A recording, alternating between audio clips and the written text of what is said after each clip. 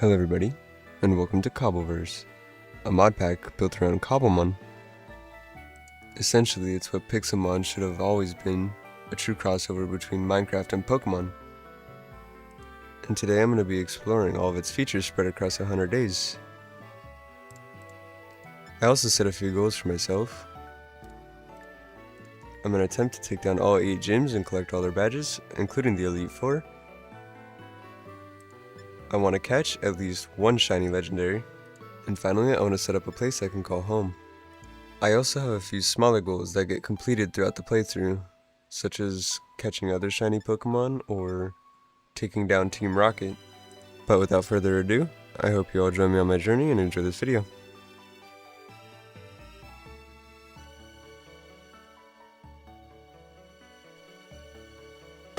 We start our journey on day 1. And we actually ended up spawning in a village, which was really lucky for us, as it provides a Poke Center and a Poke Shop. I started off doing what any other player does, by taking all their berries and anything they've ever earned. I also figured out the button to select my starter, and let me tell you, I was on the screen for a long time. It's really cool though. Cobbleverse adds their own starter selection, like Lumia or Cosplay, or even the Pallet Town from Let's Go Eevee and Let's Go Pikachu. But after a long consideration, I decided on our partner, and it was going to be Froakie. When we select our starter, we also get berries, Pokeballs, a Pokédex, and a Pokecard. This allows us to see all the trainers we fought, all the Pokemon we fought, and even a level cap. I also forgot to mention that we got a free backpack, which was a tremendous help. We also got a map that led us to our very first gym, which was actually just right over the hill from the Poke Center, but I was nowhere near ready. I decided to put my starter base in the cave that's right outside the gym. It was actually pretty cozy, and I put down some basic stuff like some furnaces and some chests. If we're going to beat this mod pack in 100 days, I need to start taking down gyms as soon as possible, which means XP grinding as soon as possible. And that's exactly what I did on day 3. There was also a massive cave entrance next to our starter base, and as I explored I got some diamonds for a diamond pickaxe, and even earned enough XP to get our Froakie to Frogadier, which is crazy progress only for being 4 days in. On day 4 I wanted to find my next team member, which I found in an Applin. We were really going to need some help if we wanted to take down Brock, so this Applin presented itself at like the perfect time. With a couple quick attacks, getting it down to low HP, and throwing a Pokeball at it, we successfully caught it. And on day 5, I was ready to challenge Brock, or so I thought. I started this fight by sending out Frogadier against his Geodude. I started off by hitting it with a Water Pulse, but it survived on 1 HP due to its ability, Sturdy. This ability is really useful as it prevents one-hit KOs. It immediately responds to this with a Rock Tomb, and Brock uses a full restore. I thought I had taken it down here, so I used a quick attack, and then it fully healed. It's okay though. With the next turn, I take it down with another Water Pulse, and Brock sends out his Onix. This Pokemon is surprisingly fast, as it outsped my Frogadier even though it was 3 levels lower. It successfully hit me with the Rock Slide and got the flinch off. I responded with a Water Pulse, but he ended up having Sturdy too. Thinking quick on my feet, I used the quick attack to hopefully take him down off his 2 HP, in hopes that he didn't heal again. His Onix ended up holding a rocky helmet, which took out my Frogadier alongside the Onix, and I was not confident that Applin could do anything here, as he didn't even know any grass moves. But anyways, Brock sent out his Craniados, and all I had was an Astonish from Applin, so it was pretty much wraps. I wasn't really expecting to win any of my gym fights first try, as this mod pack is actually pretty difficult when it comes to boss fights or even trainer fights. Brock and his Craniados made pretty quick with my Applin, and I knew I was definitely not ready for this first gym. So with that, I took my Applin and my Frogadier, I went to heal him, and I did remember that I got a sweet apple near the start of the playthrough from the village, which I could actually give my Applin and evolve him into Appleton. Evolving him actually unlocked a few grass moves, so I knew that taking on Brock again would be a breeze. I started with my Frogadier again, took out his Geodude and his Cranidos, and even his Onix. My Frogadier went down alongside the Onix, so I had to send out Appleton to clean up his final Sudowoodo. And with that, we got our very first badge, the Boulder badge. Alongside that, we got a new level cap. On day 6, as I was exploring the near area, I came across this giant orange tower, which actually held Zapdos' Thunder Feather. This allows us to summon Zapdos later through the playthrough, but I actually wanted to make this tower my main base and move in. Before that, on the night of day 7, I wanted to locate our next teammate, and I found that in Gligar. And Gligar and Gliscor are by far my favorite evolution line. Maybe not my favorite Pokemon, but for sure my favorite evolution line. Days 8 through 11, I searched high and low for a water stone in order to locate Missy's gym, and I for the life of me could not find one. That is, until I came across this cave. And it actually ended up spawning in Avena 3, which was really nice, and I was really excited for it, as it took me multiple days. After that, I actually located our 4th team member, though I'm not going to use him yet, as I want to set a cap of only being allowed to add a team member after every gym. For Misty though, Joltik would make a great teammate, and is honestly one of my favorite Pokemon from the earlier generations, because it makes a phenomenal web setter. On day 13, I was kind of just level grinding in hopes that I could reach the level cap for Misty's gym, when I came across a ruin where I could actually dig with my brush, and hopefully I would get a fossil, which is one of my other smaller goals. Though this time around I didn't get lucky, so I kind of just went back to some more level grinding. And eventually I actually did find Missy's gym, though we were still gravely underleveled, as I needed to actually catch up Joltik because I did decide to use him for the gym. For now though, I did not realize how underleveled I was, and how much levels actually make a difference in this mod pack. So anyways, we start our first attempt off with sending out Frogadier against her Horsey. The only thing I could really hit it with was a lick and hoping I get the paralysis, which I actually did. Though, for this first fight, it did not contribute that much. Anyways, she withdraws her Horsey and sends out a Psyduck instead against my Frogadier. And I actually get the paralysis off from the Psyduck too. Now, you think I'm actually in a pretty good spot right now, but, well, truth be told, I really was not. I had nothing that could really hit him. Nonetheless, I swap out another Joltik in hopes that I could actually get a knockout on Psyduck. The Psyduck actually ends up outspeeding me, and there's not really much I can do against it. Though I did end up almost knocking it out with the Electro Web, but it outspeeds me with an Aqua Tail and actually ends up missing. So I'm actually able to get a second Electro Ball off. Next, she sends out her Starmie, which for sure outsped me. I ended up opting in for my Appleton here in hopes that I could take it out, but the Starmie ended up outspeeding me again and hitting me with the Psyshock. Though, in return, I set up with a Leech Seed in hopes that I could get some more HP every turn. It outspeeds me again with a Psyshock, and I opted for an Apple Acid, and actually ended up taking it out, which the Leech Seed was completely pointless and a waste of turn. She then sends out her Horsey, which hits me with a quad effective Blizzard, and takes out my Appleton. And now my back's against the wall with my Frogadier, as, like I said, all I really have is a Dark move Fling, or a Ghost attack that does like no damage. So now I'm kind of stuck hitting it with Lick, either until I get enough paralysis off, or he takes out my Frogadier.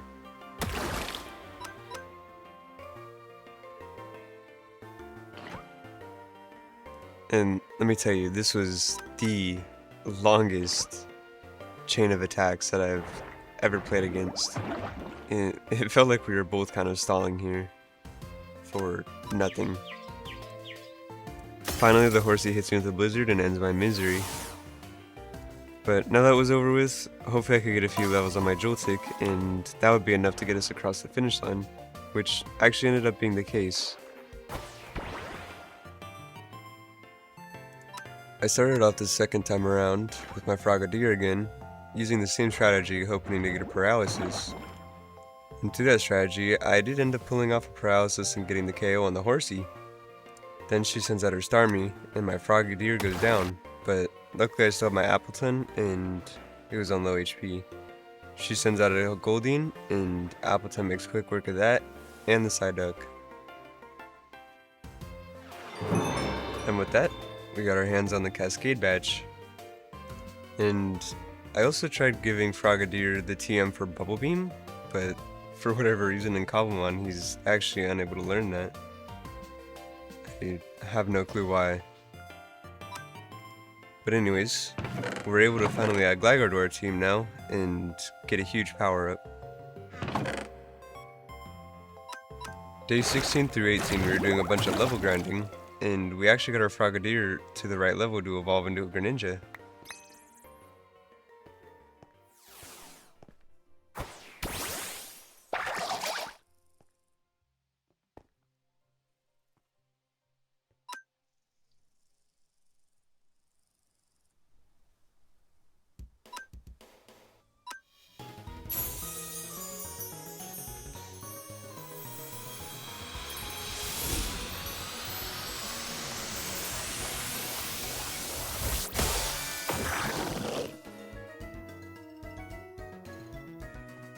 And if you couldn't tell, I was super excited to have our first 3-stage evolution.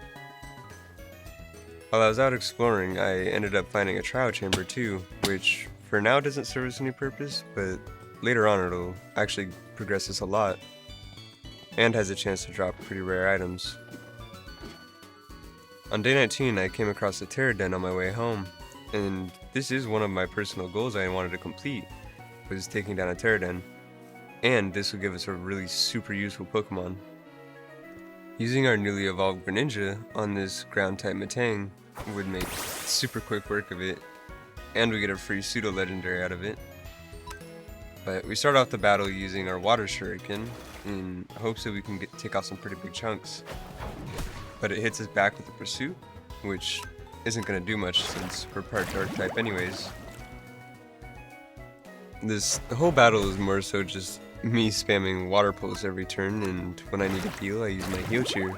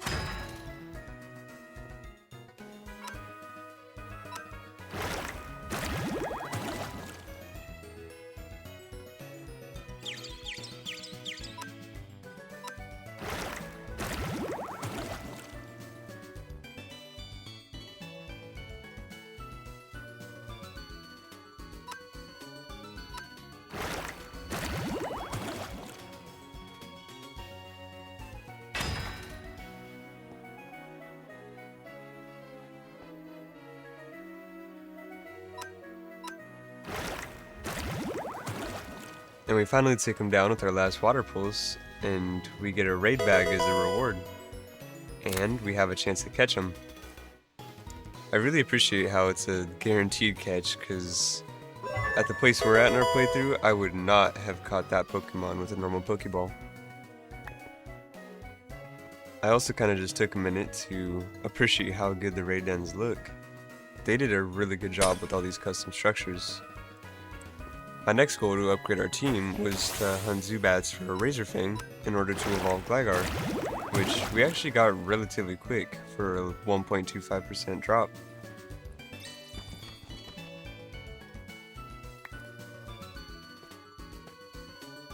In order to actually evolve Gligar into Gliscor, we have to take down a Pokemon at nighttime while it holds a Razorfang, which is exactly what we did with this Glameow.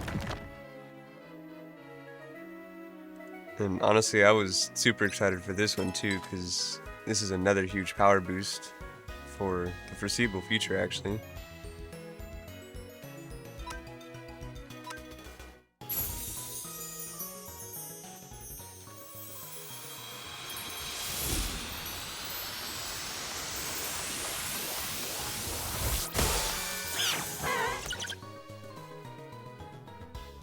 And I am just in love with this 3D model. I already really love Gliscor. On my way to Lieutenant Surge on day 21, I came across another buried ruins and got attacked by an iron bundle. I don't think I actually ever ended up getting anything out of this ruins, which was super unfortunate. I just kinda got jumped for no reason. Along the way, I also came across a structure that gave us the free item to climb our glacial steed. It can also be used to summon Calyrex later once we find how to get the crown of the king, but for now I don't really know how to get that. This is a pretty cool structure. It actually gave us like a whole backstory on who Calyrex was and what his horses are. I had also been traveling this whole time on foot and hadn't really realized that I could actually have just been flying on Gligar this whole time.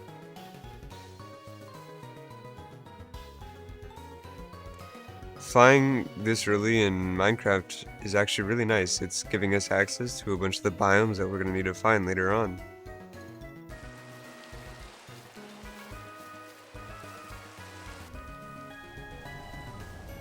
At the end of day 23, we crested this mountain and came across Lieutenant Surge's gym, and a village pretty nearby too, which was really helpful. Day 24 to 25, I crafted a few XP shares as we were going to need a lot of XP to level up all of our Pokemon, and to do that, the quickest way would be XP shares. I also wanted to work on enchants at this time, so I could start getting wood and other items to do some building around the base, as I was kind of itching to do some by now, and we needed something to slow down the series as we were only 20 minutes in the video and getting ready for our third badge.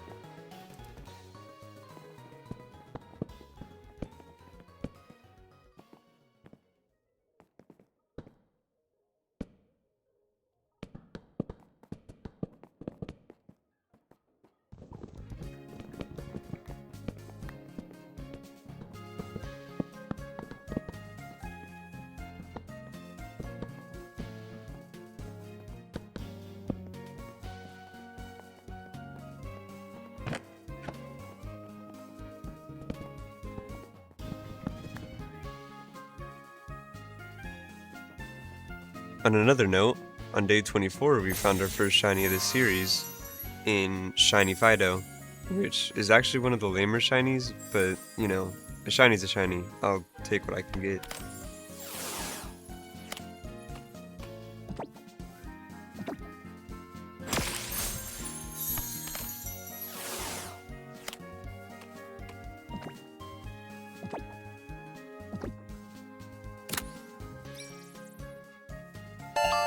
But besides the shiny, it was back to more building for me.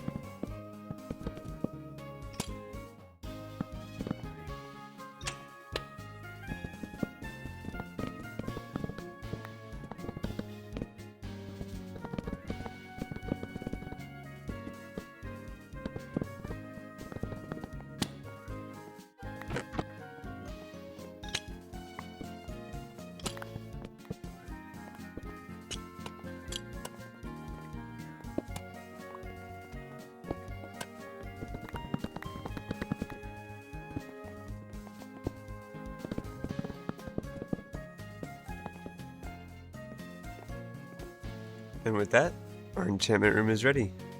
For now, our base is nowhere near done, as there's still a lot I want to do, and a lot of tower to work with, but for now, that's kinda all I needed just for some basic enchants.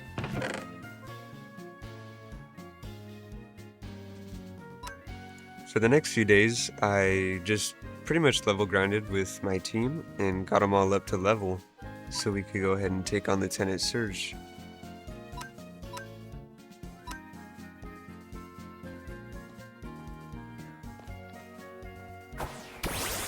We started this battle off using our Greninja, and he threw out a Raichu, and I was not really confident that I was going to be able to outspeed this thing, but I took my chances nonetheless.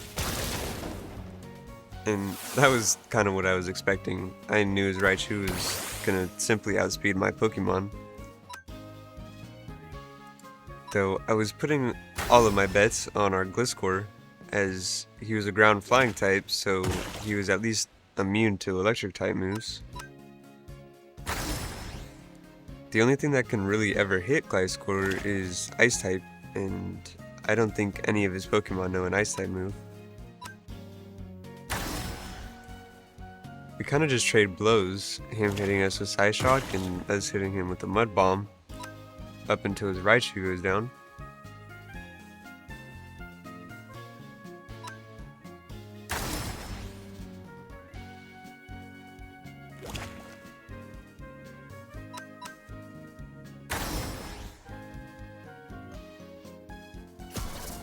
Unfortunately, we did miss our last Mud Palm, so we had to use a U-turn and swap into our Galvantula, hopefully to lay some webs and get everything slowed down.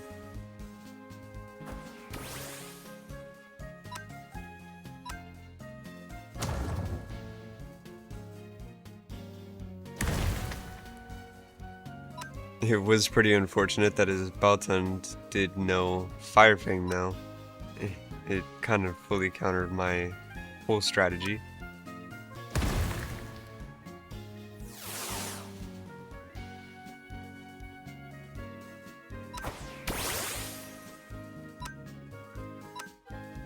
But nonetheless, I swap in the Gliscor, and I tried my luck at hopefully outspeeding him, but that was not the case. So my only option left was to swap into Appleton and then forfeit our fight, because there was no way we win.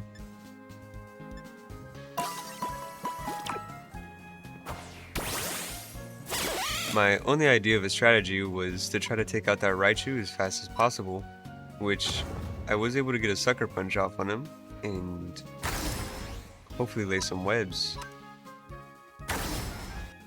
I'm not sure why, but I did use a contact move against Raichu, even though I knew he had static. I feel like I could have got more chip damage off if I wasn't playing that really stupid. Next we send out our Appleton against his Magnezone, and we do get the Leech Seed off. Eventually, after fully healing it, he swaps out, but we have our Gliscor out, and honestly nothing counters this. And eventually, with enough Mud Bombs, we take out his Electabuzz, or get it really low, until he withdraws. Then we U-turn off our Gliscor into our Appleton, hopefully to take out the Boltund. After taking out the Boltund, he sends back out his Magnezone, but we still have our Leech Seed down, so there's not really much it can do. We eventually get down to a 1v2 and then a 1v1 with our Appleton against his 1 HP Electabuzz.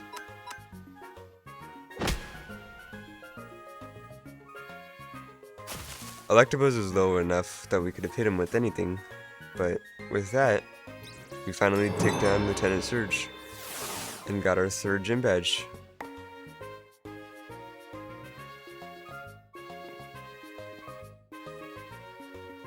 After taking down our 3rd gym, I kinda got a big head about myself and decided to summon Zapdos at the top of our tower, and I was definitely not ready. Maybe if I waited like one more gym, but I, for whatever reason, didn't. I tried catching Zapdos upwards of like 18 times, and none of them caught.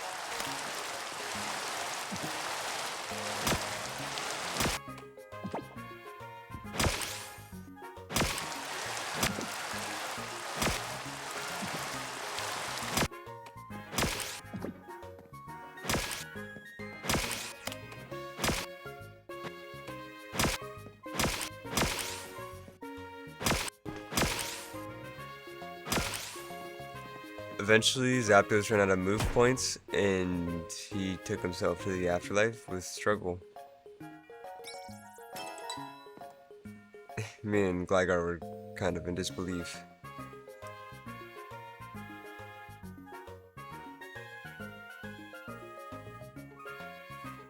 But anyways, moving on from that, day 29 to 30, I was looking for Mega Stones in hopes I could get a massive team buff. And the crazier part is, in our very first cave, I actually ended up finding one of these meteorites. There's two different types of meteorites we need to locate. One gives us the keystone in order to make our Mega Bracelet, and the other gives us the actual Mega Stone for our Pokemon. And I got really lucky in our very first cave, as it wasn't even too deep, and we found our first one.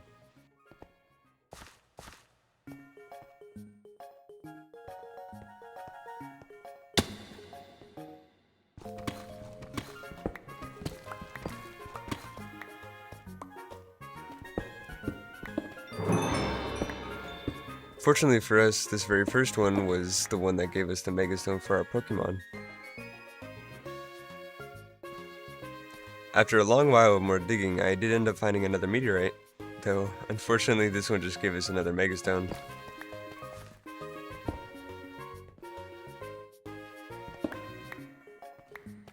And finally, at the end of day 30, I ended up finding a third meteorite that was the one we needed. This one was going to give us the Mega Stone for our keyring. After getting that, I went straight home and crafted the Mega Bracelet.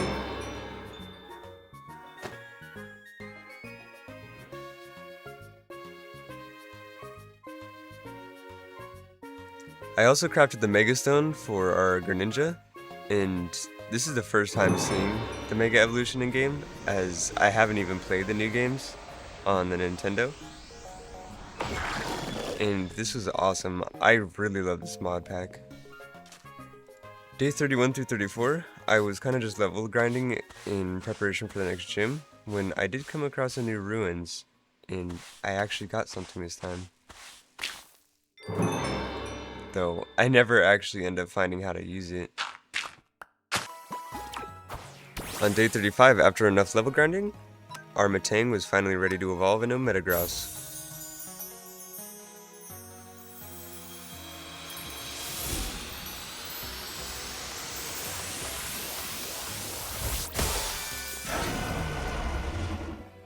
At the stage we're at in the game, we are just getting power boost after power boost. But anyways, I made Erica's map in hopes to locate her.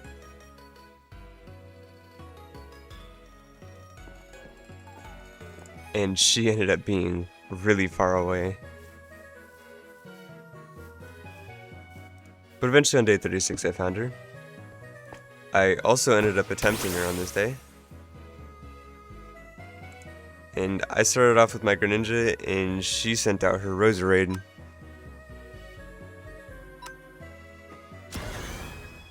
I have no clue why, but I didn't even ever actually Mega Evolve the Greninja.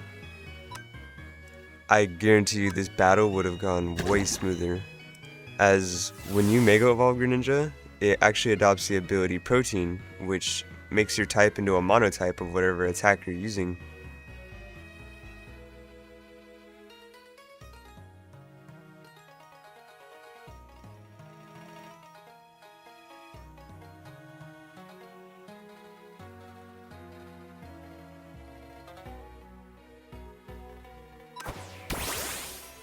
I eventually swapped in my Metagross, as I'm pretty resistant to any grass attack, and I'm actually going to be able to take out poison pretty easy with Psychic.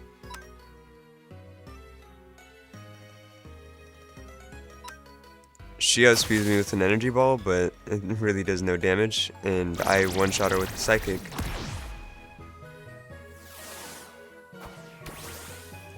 Erica then sends out our Blossom, and it's still not going to be any sort of effective on me, as I'm part Steel type.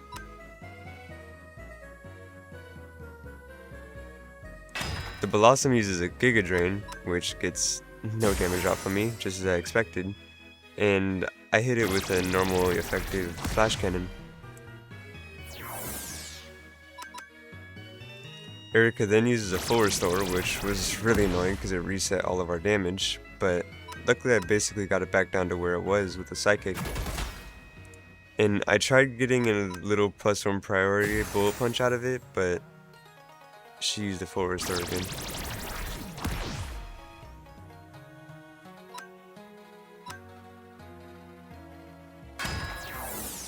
Erica ended up using all of her full restores on this Bell Awesome, and it was super annoying. Eventually I did end up taking it out with the flash cannon though, and then she sent in a Vile Plume, which was going to be super easy for us to take out, as we just hit it with the psychic move and not worry about it anymore.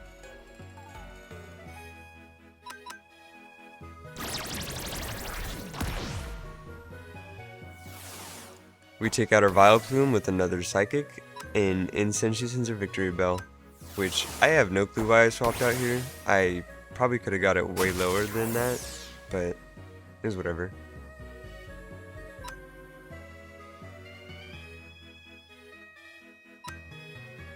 I opt for the Stab Acrobatics on the Victory Bell, and it ends up getting it down to about 25 HP before we get hit with the Giga Drain and our Guy score goes down.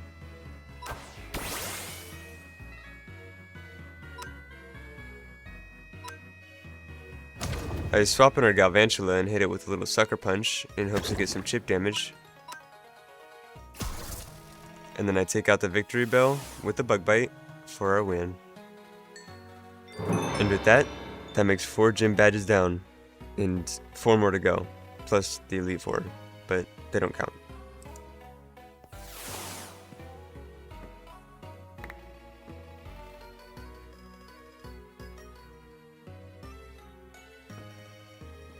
Days 37 and 38, I decided to add more to our building, as I wanted to go to the Nether.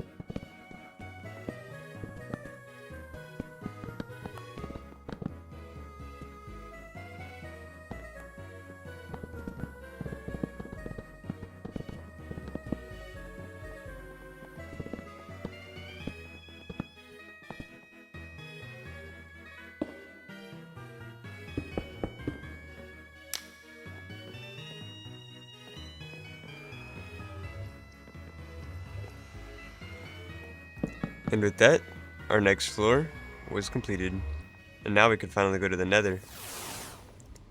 The reason I wanted to go to the Nether so bad already was to locate our next teammate, and I found that in a ghastly.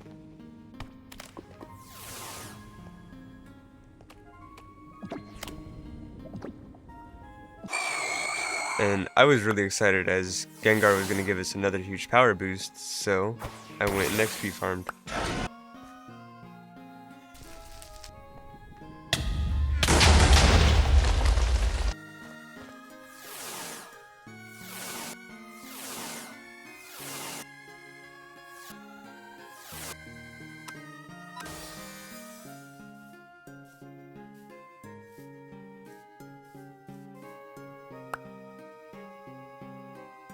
After getting it to a Haunter, I gave it the link cable and watched it evolve into a Gengar.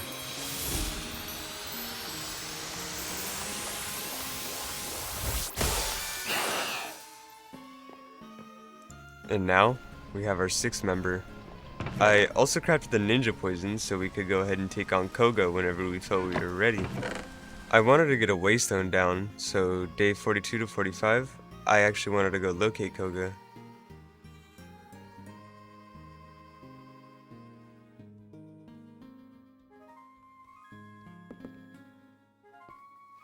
I also ended up finding Sabrina on the way there, and I also wanted to add, I absolutely love the flying mechanic in this game. It's super scenic and probably one of my favorite.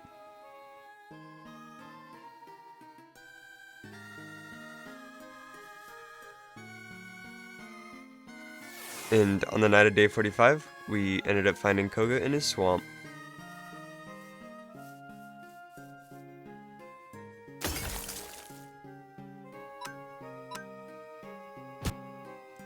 I also ended up doing a little bit of level grinding before I slept for day 46, and I got everybody up to level, pretty much, besides our Gengar.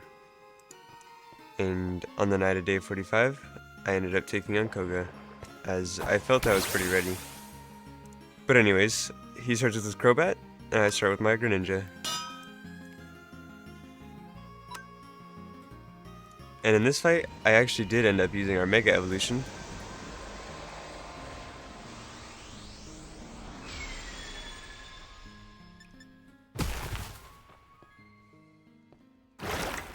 My Mega Greninja just ends up spamming water pulses against the Crobat in hopes that I take it out in like 2 or 3 turns. Because I knew my Greninja wasn't going to be super useful for this fight, but if I could at least get 1 KO with it, that would make it up for it all.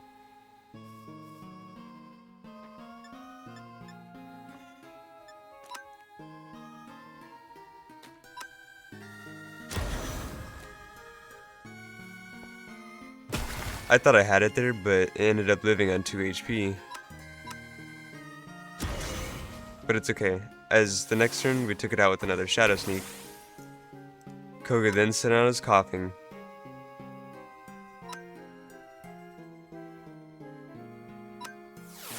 I was kind of trying to take out everything I could without using my Metagross until I actually needed it, so I sent out my Gliscor in hopes that I could get a few Mud Bombs off.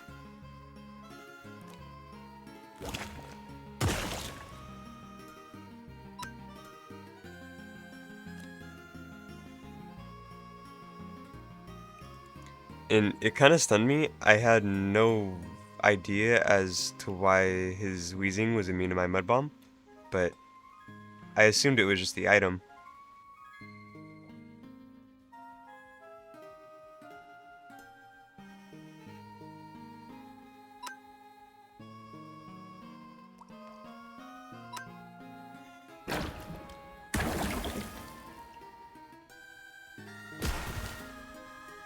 I end up getting it down to 3/4 HP with 1 Acrobatics before my Gliscor goes down.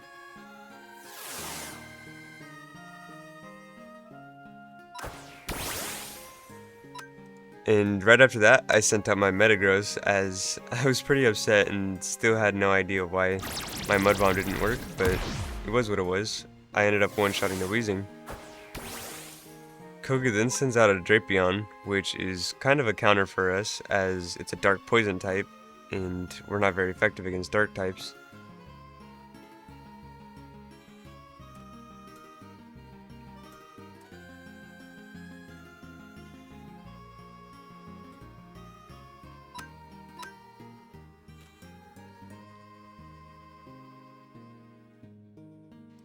I ended up swapping it to somebody who I could sack so I could get another free switch in. And unfortunately, I had to sacrifice our Greninja, as it wasn't going to help us too much throughout this fight anymore. But with that, we get a free switch in into our Galvantula, which hopefully I can get a few damage hits off.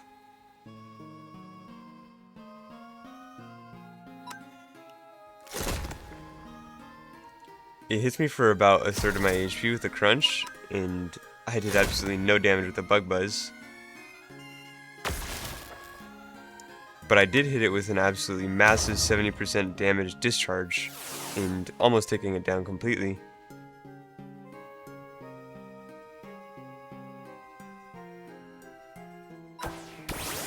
Here's where I swap back into my Metagross as to just finish the Drapion off.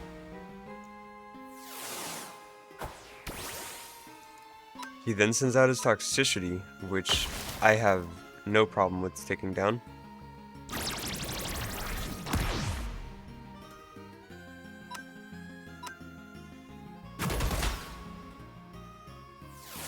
I did end up taking it down with a priority Bullet Punch, and outsends his Venenoth, which I'm not going to have any problem taking down either.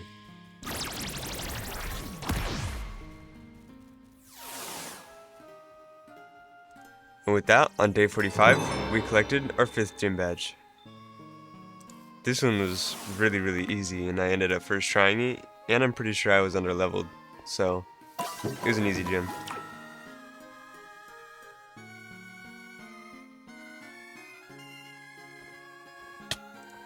Around this time, I wanted to collect our first legendary Pokemon, and I decided it would be a good idea to catch Calyrex's horse. So I made my way back to the Frost Spire, and threw in the frozen root into his little trough.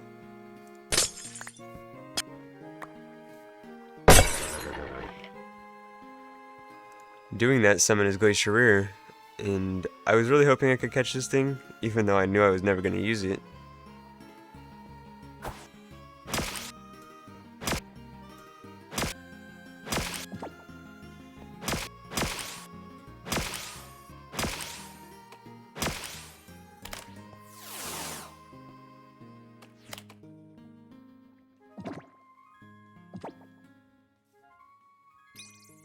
And we did end up catching it with a no-look ball.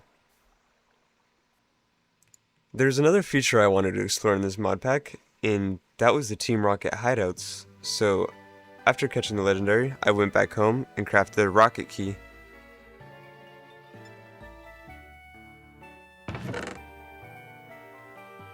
I then flew to the hideout, but honestly, I could have found this thing on my own if I had just explored my map like 100 blocks more south.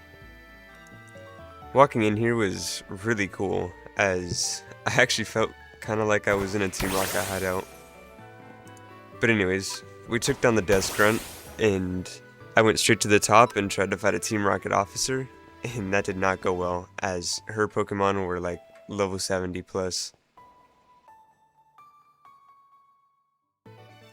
At this point, I wanted to try to create that fossil, so I made the restoration tank and all the other stuff I stole from the Team Rocket hideout. Day 48 through 52, I did some more level grinding, as I wanted to take down some more gyms, because we were kind of running out of time, and we still had 3 gyms plus the Elite 4 left.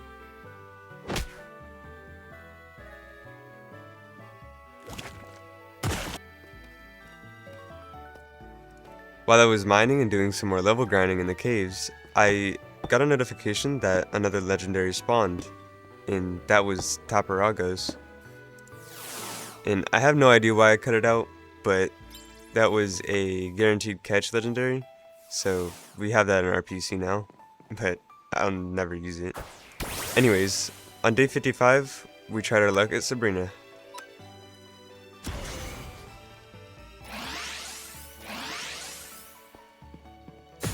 I wasn't too sure how we were going to fight this gym, as our Greninja was a dark type and was going to get one shot no matter what, but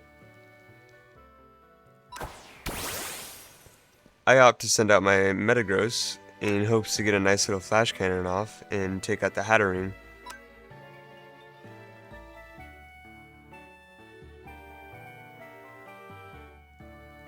I ended up actually missing this first time around, and it one-shot me with the Mystical Fire, and I had no hope of winning this first fight.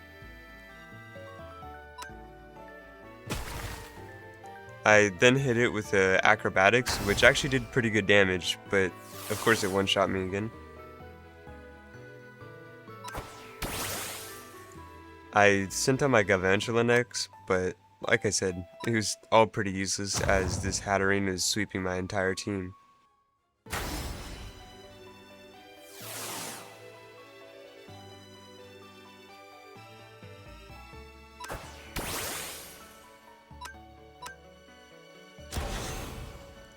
And if I was struggling with that Hatterene, I was pretty scared to see the rest of our team. And my Gengar got one shot by the Alakazam. As a last-ditch effort, I ended up sending out our Appleton, but I knew I was going to get sweeped anyways.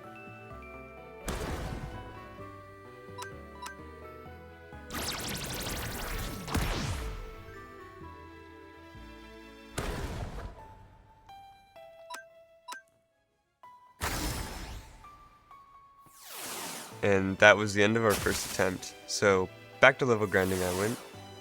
But after I did take out this rocket scientist, we did end up getting a fossil, and that was the fossil for type Null.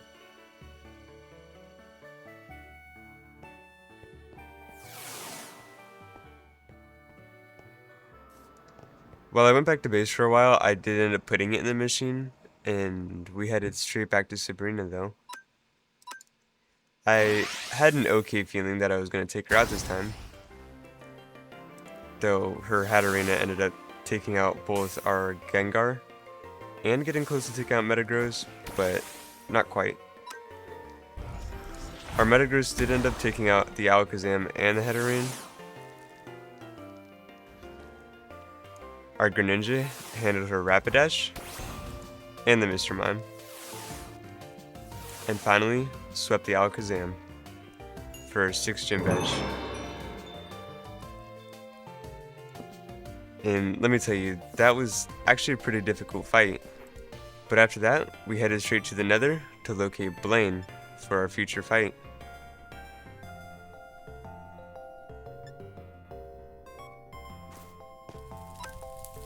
And for whatever reason, I guess I was just bored, but I tried my luck at Blaine, and it did not end up well.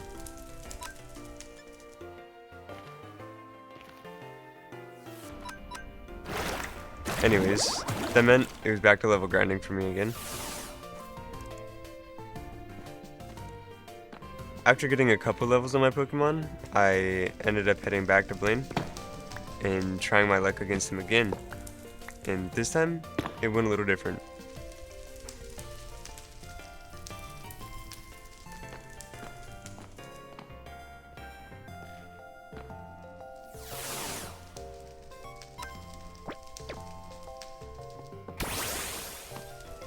I started off with my Galvantula as it was going to be pretty useless, but I did get a Sticky Webs down, which made up for the uselessness. I also did get a little bit of chip damage with Sucker Punch. Not too much, but it was chip damage, so I took what I got. I then hit it with a Discharge, getting it down below half.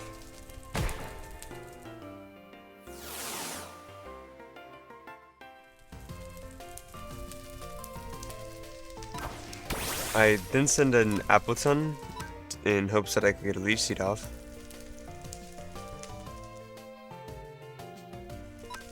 And Blaine did end up wasting one of his full restores, though he immediately sends out Arcanine, and I almost one-shot it with the Dragon Pulse.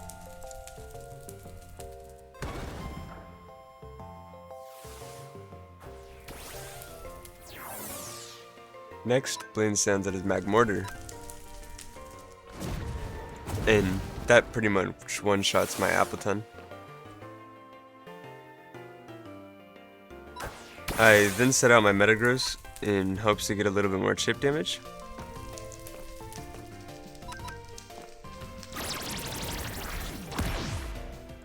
And I did end up hitting it for about 33 HP, but we get one shot in return. I was trying to save my Greninja as a last hope, but I ended up swapping it out and Mega Evolving it and sweeping his team as much as I could.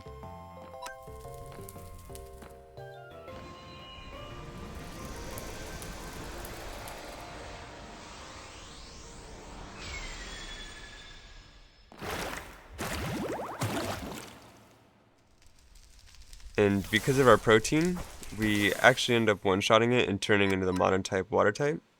So we were going to have no problem sweeping the rest of his team. We then sweep his Charizard, his Magcargo,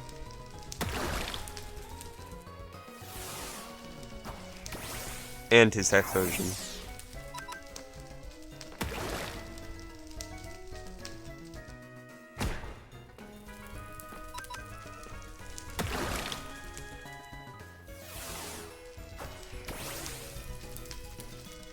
He then sent out his Torkoal, which I knew I was also going to have no problem with. And I end up almost one-shotting it, but not quite. So with our second turn, we did end up taking it out. And with that, we ended up getting our 7th gym badge. All that was left was our 8th and final gym, Giovanni.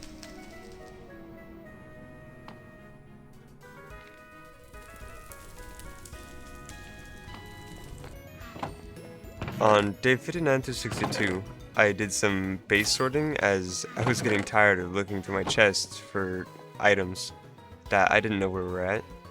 I also took out the type Null, and we did one of our challenges, and that was to get a fossil Pokemon. And it was a legendary too.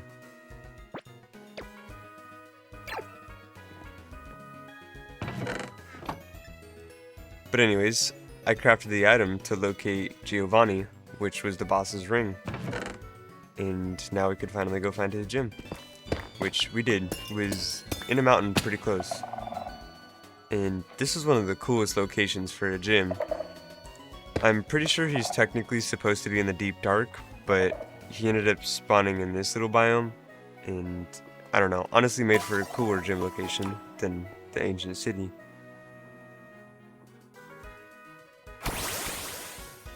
But anyways, it was back to more level grinding for us.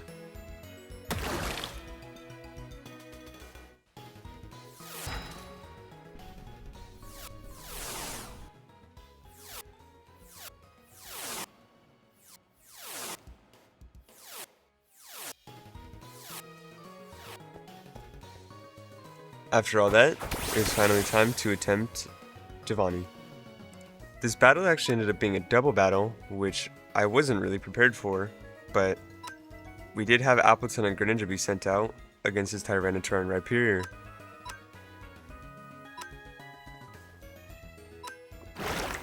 We used the Water Pulse on his Rhyperior and ended up one-shotting it. Unfortunately his T-Tar had Ice Fang, but we did survive on 2 HP. And then he hits us with a crazy pull and pulls out Mewtwo. I had no clue how I was going to take this thing down.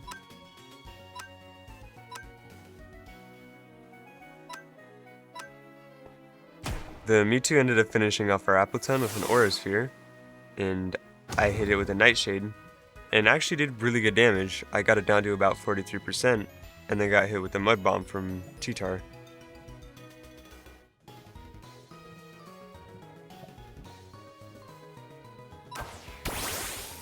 I then opted in to send out my Metagross, in hopes I could do some sort of damage to Mewtwo.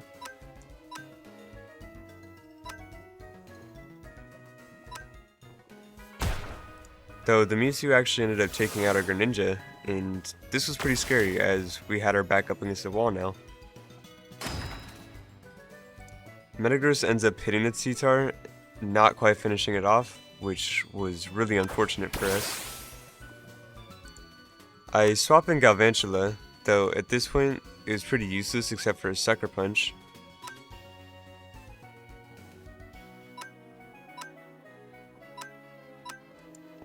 The Mewtwo ended up outspeeding our Galvantula and hitting us with a Flamethrower, and one-shotting us. And this fight was not looking so well. Though we did take out the Tyranitar with a Flash Cannon.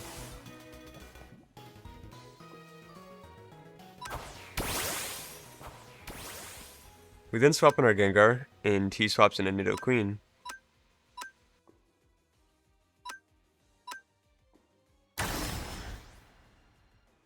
And Mewtwo just ends up one-shotting our Gengar, and this Mewtwo was running through our entire team. We were down to a 1v2, and I had zero hope of winning this fight.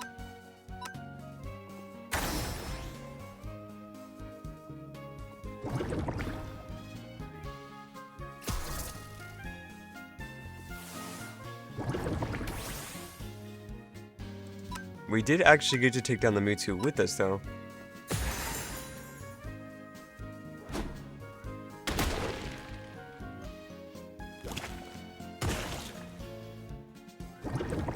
We also hit the Nidoqueen for a little bit of damage, but we ended up going down to Poison.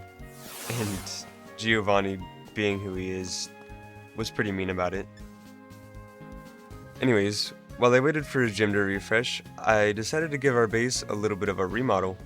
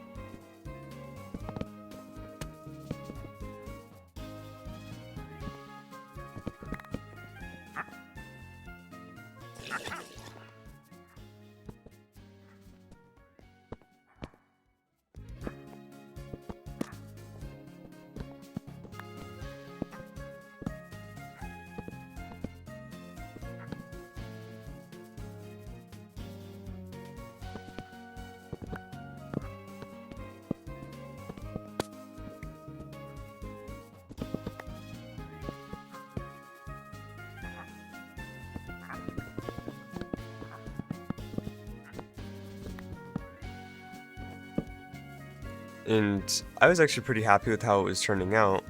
I actually don't end up finishing it until the last few days, but it looks pretty decent to me. And somehow a Wandering Trader spawned? I'm not sure, as there's a mod that specifically reduces mobs. But anyways, I try my hand at Giovanni again. And this time, I did actually end up taking out the Mewtwo with our Mega Evolved Greninja. I have no idea why I didn't Mega Evolve the Greninja the first time. I feel like we probably could have won that fight. But we get it down to where the situation we were in, and it's a 1v2 against this Persian, which we end up taking out for our 8th gym badge. And now all that's left is the Elite Four. Our reward for taking him down, he did give us a Master Ball and the DNA in order to actually summon Mewtwo.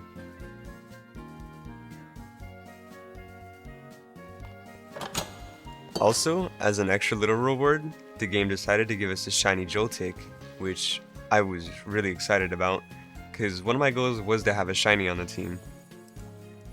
And there it was.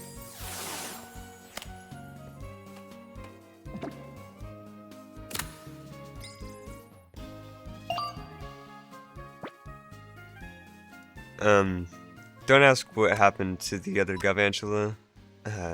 He's fine. Somewhere. I hope.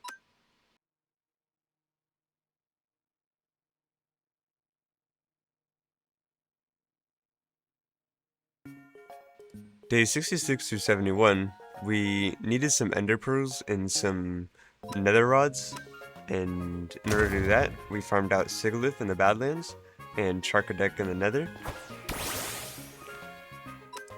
And this way, hopefully we could find the stronghold pretty soon. And we actually did end up flying over it a while ago, actually.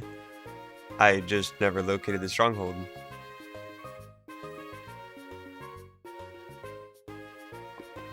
I did end up finding the stronghold, and there was really nothing special about it, so I kind of just put down the waystone and left.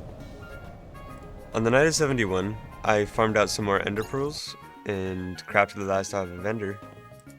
I also wanted to confront an old friend in the rocket lab, but, well, I'll just show you how that went.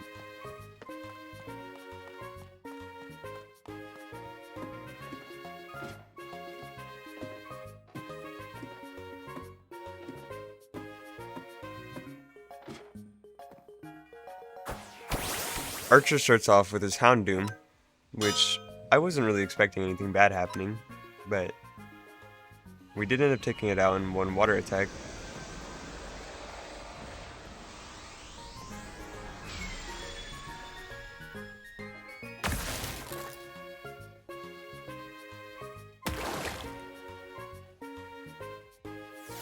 Somehow his Houndoom outsped me and hit me with a Thunderfang, but he immediately sends out a Weezing, which I wasn't really worried about at the time.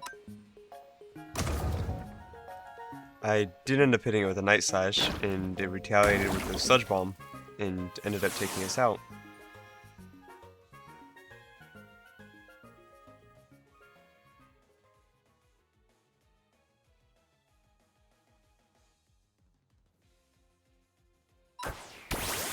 But anyways, since he was a Poison type, I was hoping I could hit it with a Mud Bomb and take it out pretty quick. And yeah, I was pretty sure Koga just had a held item that made it to where he couldn't get hit by a ground type move. But it wasn't a levitating balloon, which was odd. I still don't know what it was. But anyways, Archer uses a full restore on his Weezing, and our only option is to spam it with Mud Bombs or Acrobatics.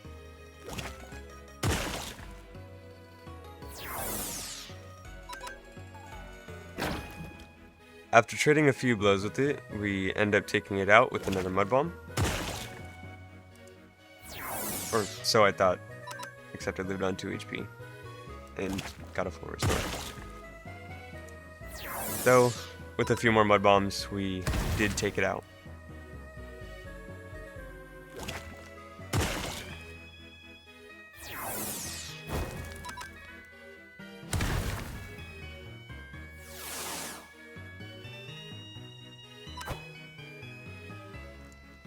I swapped in with my Metagross and hit it with a Psychic and finished it off.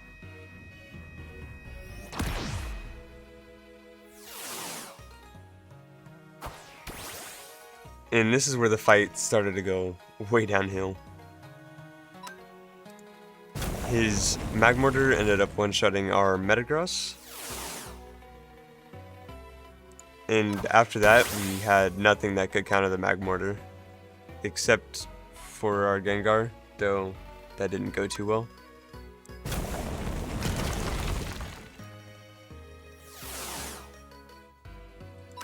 And then at this point, the fight was kind of over, as our other two Pokemon couldn't even really hit this thing.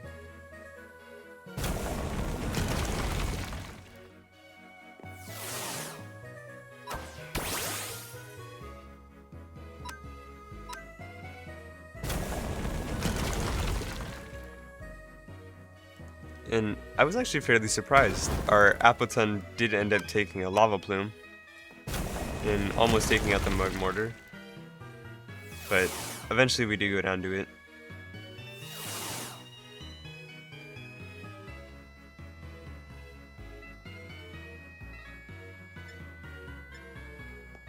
But anyways, without the distractions, I go to the end portal and fill it out with all our items inventory and jump in. Jump in.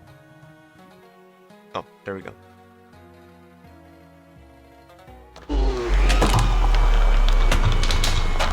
spawn into the death of the Ender Dragon and a giant black hole.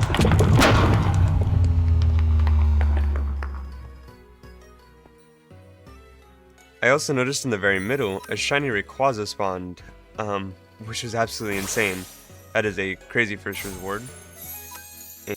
I tried my best at getting it low enough to catch it with a decent Pokeball, but I actually ended up running out of attempts. That was until I looked at my backpack.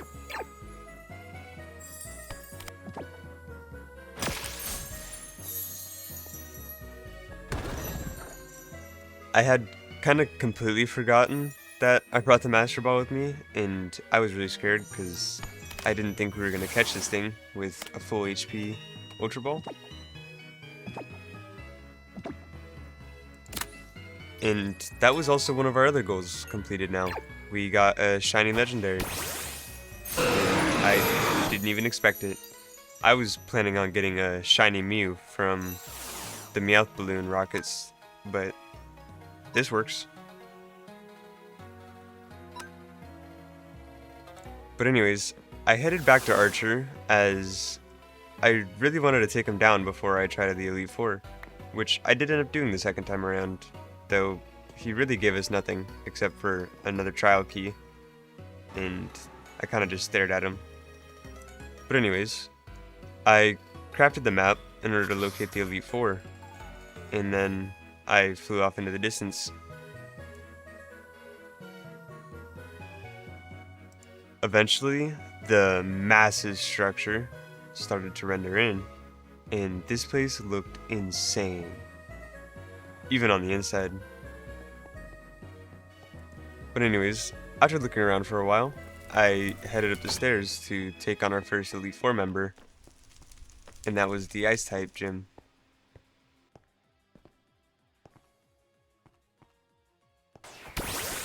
I challenged Lorelei to a fight by starting off from Metagross, which I was pretty confident could sweep most of our team as it was a Steel type, and she actually started off with a legendary Glacier.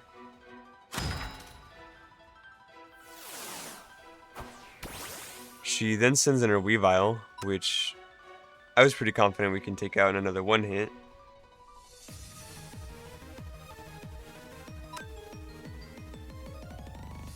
It ends up hitting us with a not very effective Ice Shard, and I one-shot it with a Hammer Arm.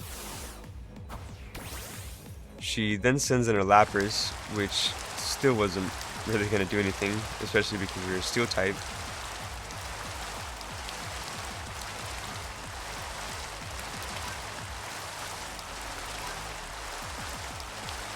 And the Lapras somehow has Origin Pulse, but it doesn't really do that much damage, and we two-hit kill it with Hammer Arm.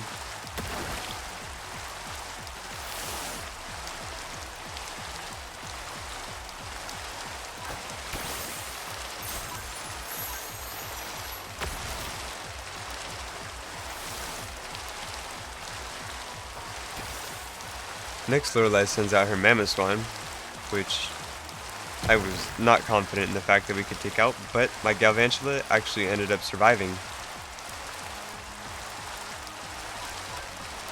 I did end up getting a Sticky Web off, though it was pretty late into the game, and at this point it wasn't going to do much for this fight.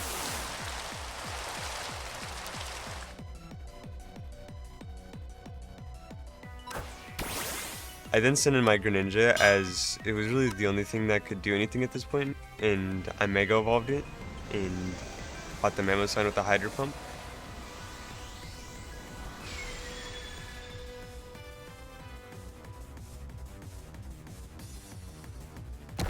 And unfortunately for us, I ended up missing the first one, but we one-hit KO'd it with the second one. And then Lorelei sends out her Jinx, which was for no reason, essentially. We one-shot it with the Night Slash.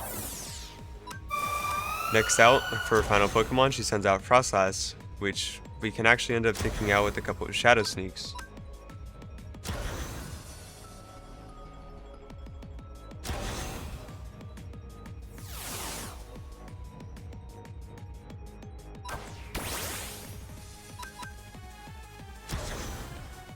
Our Gengar finishes it off, and with that, the very first elite member was down.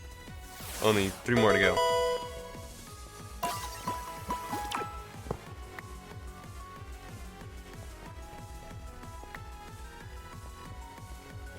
I climbed the stairs of ice up next to the fighting Elite Four member, Bruno, and I didn't actually realize at this time yet, but our level cap actually increases with each Elite Four member we take down, and I had no clue, and it's kind of why I struggled with Bruno at the start. But anyways, we send out our Metagross, hoping to take out as many fighting types as we can with our Psychics.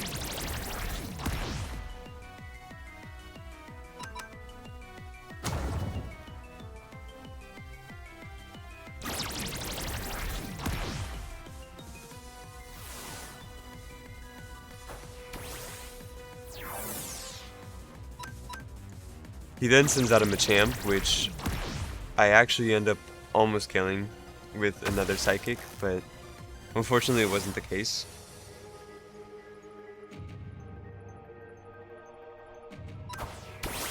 I then send out my Gliscor in hopes that I could get a few KOs with our Acrobatics.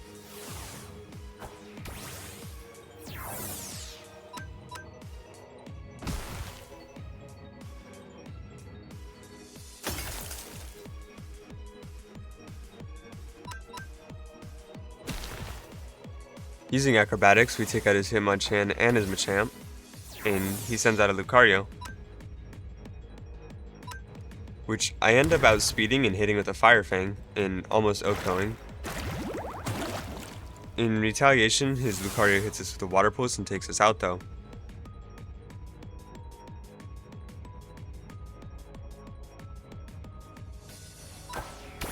I then send in my Greninja in hopes that I can get a few little KOs off using our Hydro Pump. And I knew it was probably not smart to swap in on a Dark type, but if I Mega Evolve due to our ability, we become a Mono Water type.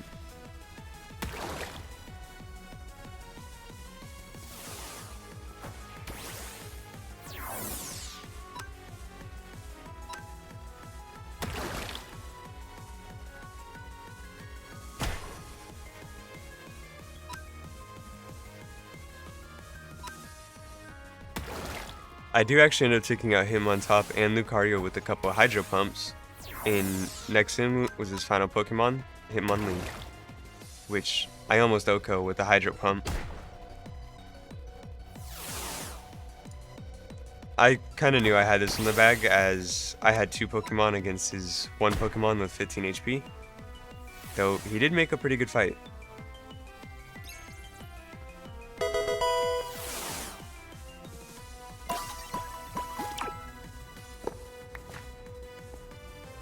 Climbing even further up the tower, I head up to the next Elite Four member, which is the Ghost type Elite Four.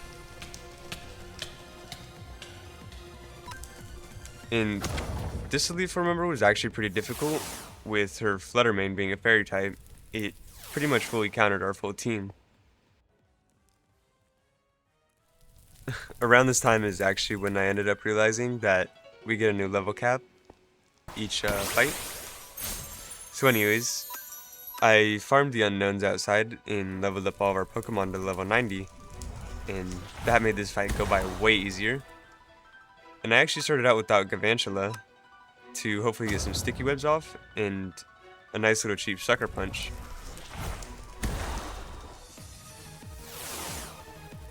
The Banette ends up taking down our Galvantula, but that's okay because we swap in with our Gengar and take out the Banette.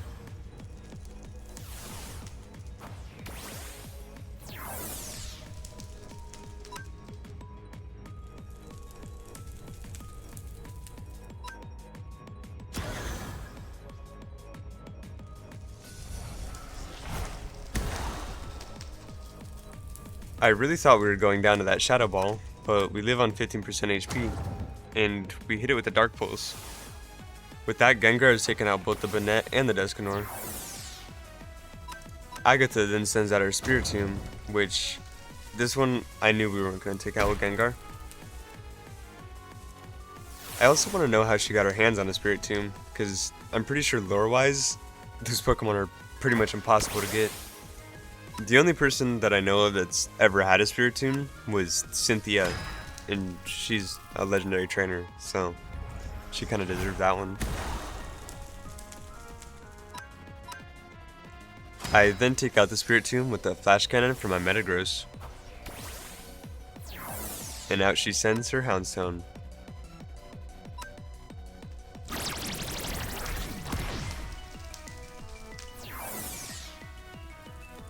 We actually end up getting it pretty low with the Psychic. With a couple more, we should end up taking it out, unless it takes us out first.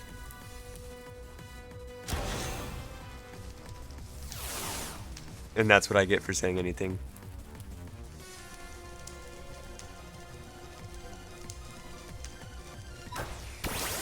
I opt in for my Gliscor as it wasn't going to help too much more in this battle, but I did end up getting a KO with it.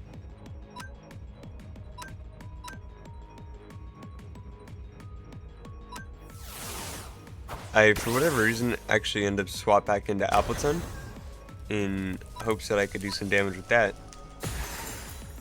which I do end up getting a Leech Seed down and taking it out.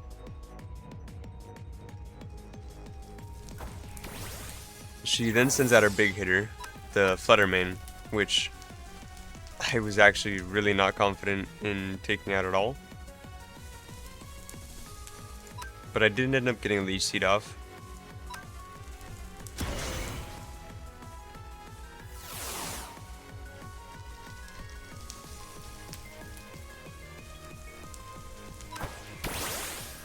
I then sent into my Gliscor, as if I sent in my Greninja, it wasn't really going to do much. I end up getting a below half with an Acrobatics, but it hits me with the Psybeam. After being taken out, all I really have to do left now is do a Greninja.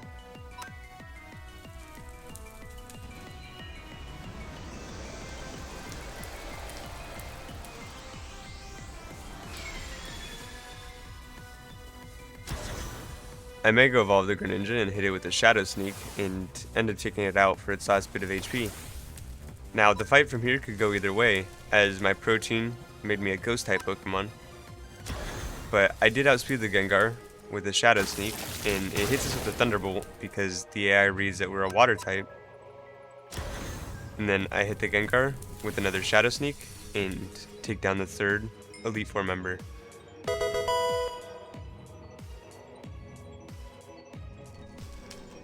Now, the only thing standing in between us and the champion is Blaine and his Dragon types. Well, Dragon-looking Pokemon. He doesn't actually use Dragon types. Lance actually took a solid few tries, but eventually I do get to take him down. His biggest threat ended up being his Shining Gyarados, which, granted, it was really cool to see in the game, but it took out our whole team. During the next try, I hit his Aerodactyl with a Leech Seed.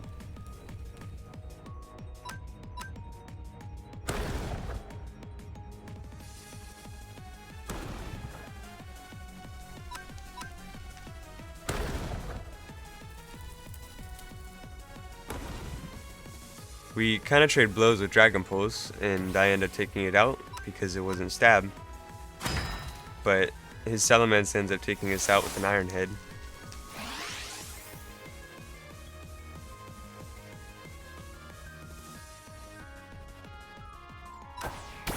I opted to send out Gliscor in hopes that I can get an Ice Fang off and just OHKO his Salamence, which is what I end up doing. The Salamence could have really ended up being pretty bad, as its ability was Moxie. He then sends out Dragonite, and I hit it with another Ice Fang, but we get taken out. I feel like the only reason I actually won this fight is because I got some insane Hypnosis off of Gengar, and kind of just end up cheesing my way through the finish line.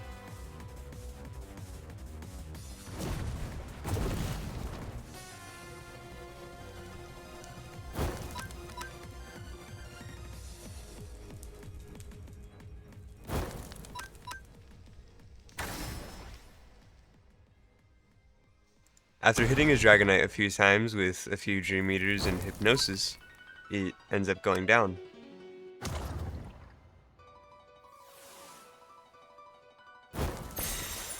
And finally, he sends out his shiny Gyarados, which I was extremely scared of.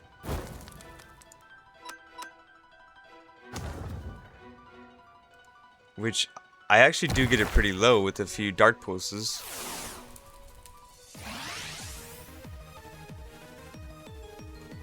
And I felt now was the right time to actually send in our Galvantula, as I should be quite effective against it if I had survived the Flamethrower, which I did, because I put a Focus Sash on our Galvantula, because I was prepared.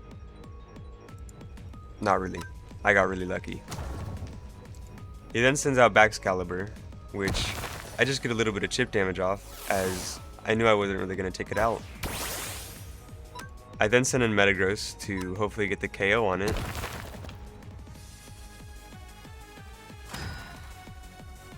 And it was really unfortunate that I actually didn't get to take it down there, because it takes us out with an Earthquake.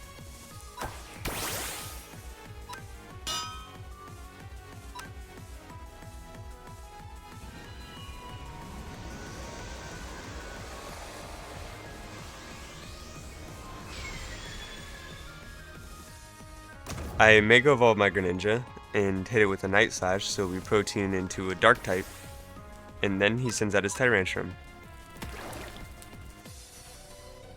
And I'm really lucky that I hit 2 Hydro Pumps back to back, or I would have lost this entire fight.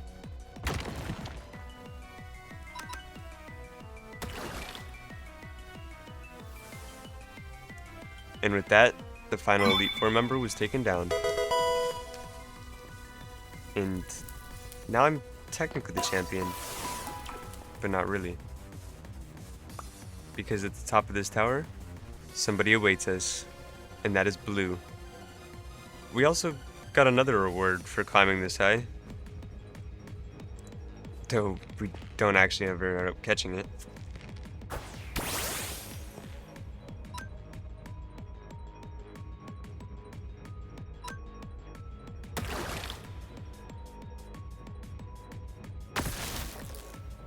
I don't think this was ever actually a reward, but it was just a crazy coincidence.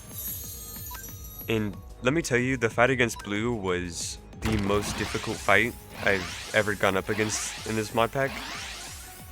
And the first try was useless, because his Zapdos got an Omni Boost.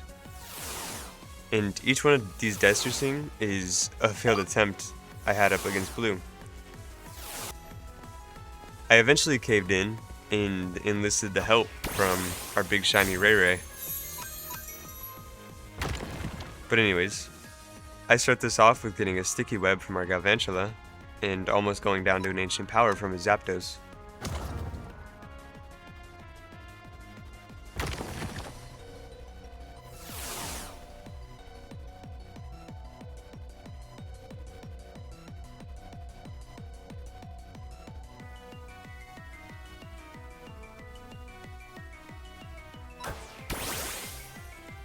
I opted in for our Gengar in hopes that I could just cheese it with some Dream Eater and Hypnosis, which is actually what I end up doing.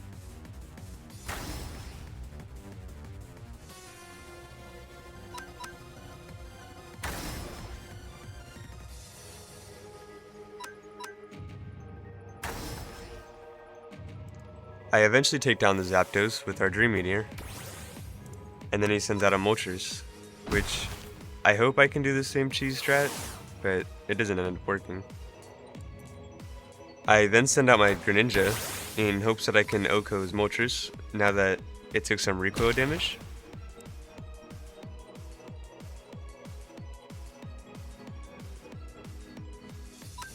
But unfortunately I got a devastating miss.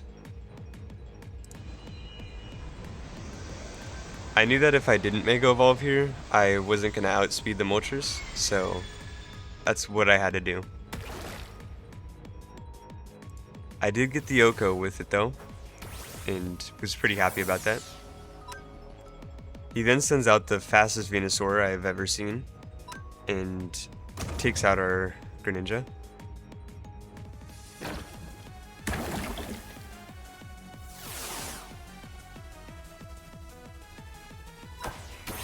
I then swap in for our shiny Rayquaza in hopes that I can kind of one-shot the Venusaur, which I do end up doing with the Dragon Ascent.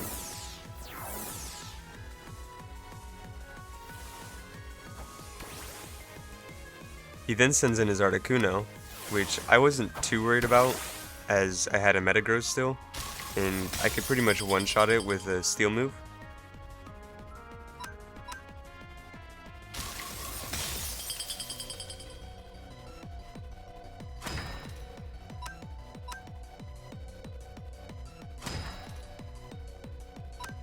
I end up taking it out with a couple of flash cannons, and he gets us down pretty low, but I was still having enough HP where I could hit the Mew with a little bit of chip.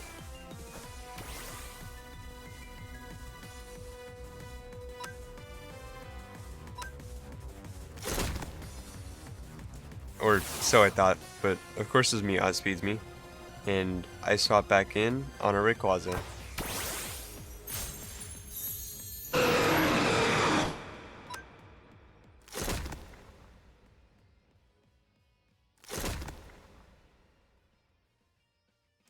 Trading a couple crunches back and forth, we end up taking out his Mew first.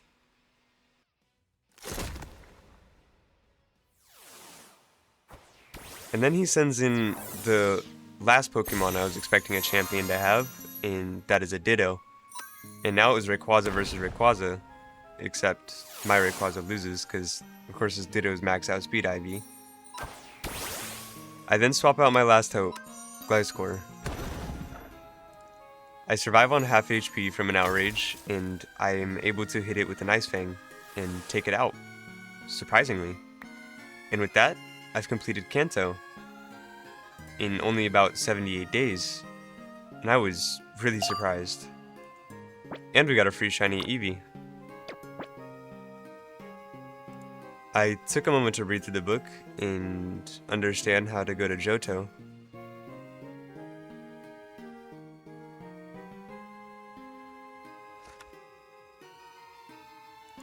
I ended up buying my Johto trader card too. And with that, I've pretty much completed all of my goals for this video. I had one more goal that I'm going to be working on throughout each of these series videos. Probably in the final few days with however much I'm left over. And that is to set up our final main base.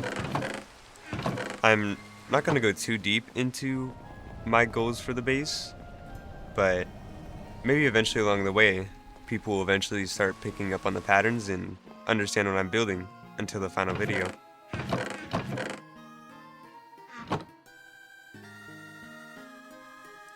But with that, I hope you all enjoyed the video this far, and I'll see you all on day 100.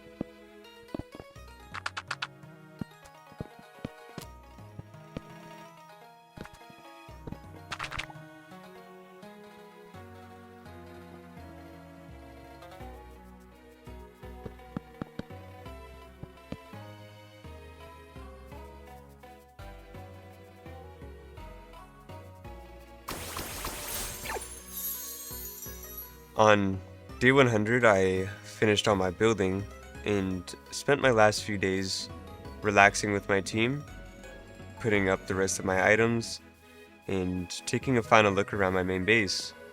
This was honestly a really fun adventure, and I'm glad you all were here with me. But anyways, I headed into the Nether. We needed to fly as far away as possible, as to get some of the gems to respawn. Obviously, it wasn't working too well in my favor. But I ended up flying about 20-30,000 blocks away, and put down my Nether portal. I was not planning on coming back here anytime soon. At least, you know, for the next 100 days that I do.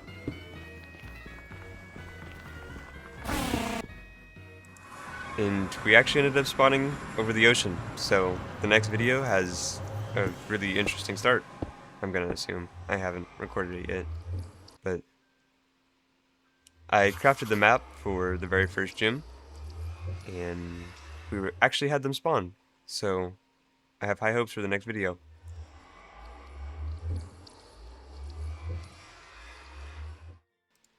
I hope you all enjoyed watching this video as much as I enjoyed making it. And if you did, please let me know, as this is one of my favorite videos I've done so far, and I'm really excited to do it again.